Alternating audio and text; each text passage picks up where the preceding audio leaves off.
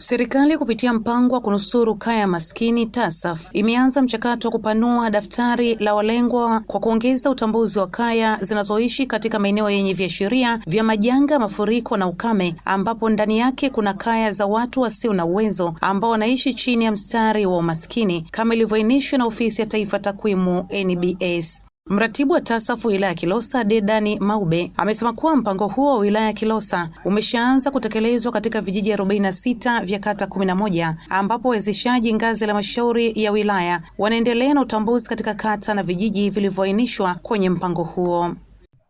Tutakuwa na utambuzi na uandikishaji wa kaya ambazo zina uwezo, ambako wawezeshaji ngazi ya wilaya waliweza kupatiwa mafunzo namna ya utambuzi na jinsi ya kukusanya taarifa kwa kutumia dodoso la kielektroniki, ambako vigezo vya utambuzi wa kaya zenye hali duni kulingana na mahitaji ya mpango iwapo majanga yatatokea viliweza kuelekezwa na kuweza kubainishwa.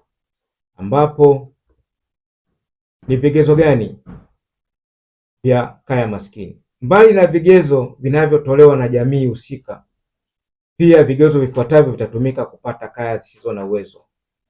Kwa mfano, kaya ina wategemezi wengi, hivyo kushindwa kumudu gharama mahitaji muhimu iwapo majanga yote yatatokea. Kaya yenye kipato cha chini na si cha uhakika kuweza kumudu mahitaji yote ya msingi, haiwezi kumudu, au kuna kaya ambayo haiwezi kumudu kupata angalau milo 3 kamili kwa siku. Kaya inaishi kwenye makazi duni kwa sababu ya kipato kidogo. Kaya ina watoto wenye umri wa kwenda shule lakini hawajaandikishwa au wameacha shule kwa kukosa mahitaji ya shule kama sare, madaftari, chakula.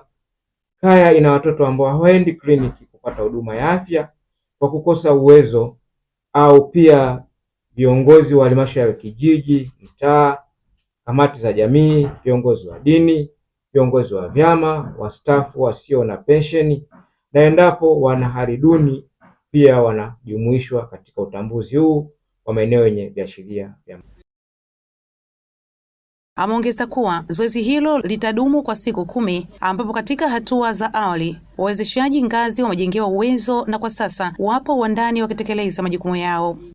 Na kwa wilaya yetu ya Kilosa, kata ambazo zoezi linafanyika, tuna kata 11 tu kwa mujibu wa taarifa ambazo tumepatiwa. Kata hizo na kata ya Mbigili na vijiji vyake, na kata ya Dumila na vijiji vyake vyote, na kata ya Kitete, na kata ya Msoelo, na kata ya Mvumi, na kata ya Rudewa, na kata ya Mabwerebwere, tuna kata ya Masanze, tuna kata ya Tindiga, tuna kata ya Mwenda pamoja na kata ya Ruembe.